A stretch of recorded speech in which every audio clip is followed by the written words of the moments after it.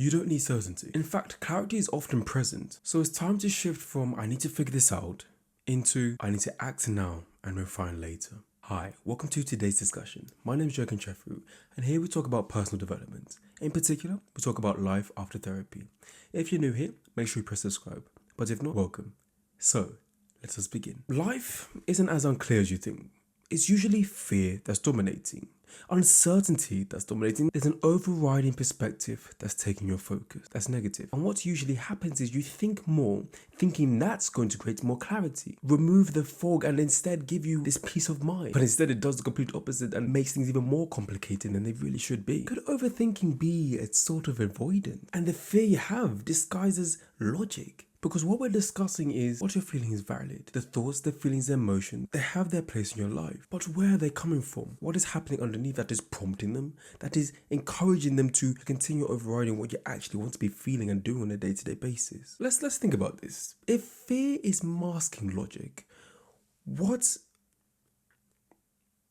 is it you're truly afraid of? Because in the attempt of analysing the situation, the environment, or the circumstance that you're in, it's much easier to delay actions or do anything about it as a disguise of preparing yourself or working up the courage. So what happens is seeking that certainty becomes that avoidance, becomes that stepping away from or no longer dealing with the situation. I'm curious to know, have you increased the questions much rather than take decisions? Because there's a repeating factor. Not an issue of clarity, but much rather the avoidance of discomfort. If the fear of something is occurring and that's immobilizing you from taking action, what could support you to make a decision? What kind of filter, thought process could help you develop? Let's look at it together. Step 1 is always about identifying. So let's define the exact action that's being delayed, the thing that you're putting off, and remove the vague thinking or the vague language and make it specific. Step 2, state what's being avoided. And alongside of that, let's clarify this perceived consequence of this thing that you're avoiding so that we're exposing this fear directly.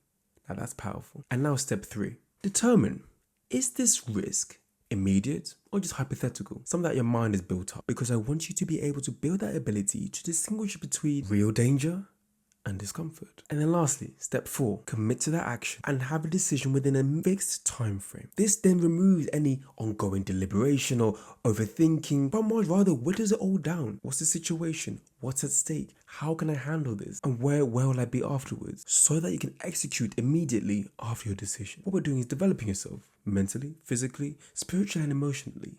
Giving yourself more courage and belief in who you are, that you're not governed by the fear or the uncertainty aspect of life, but much rather you navigate with it so that you're not always held back, but much rather can continue to use that momentum moving forward. Now that's quite a significant way of being, which contributes to not only your internal self, but your external life as well. You know, let's do something.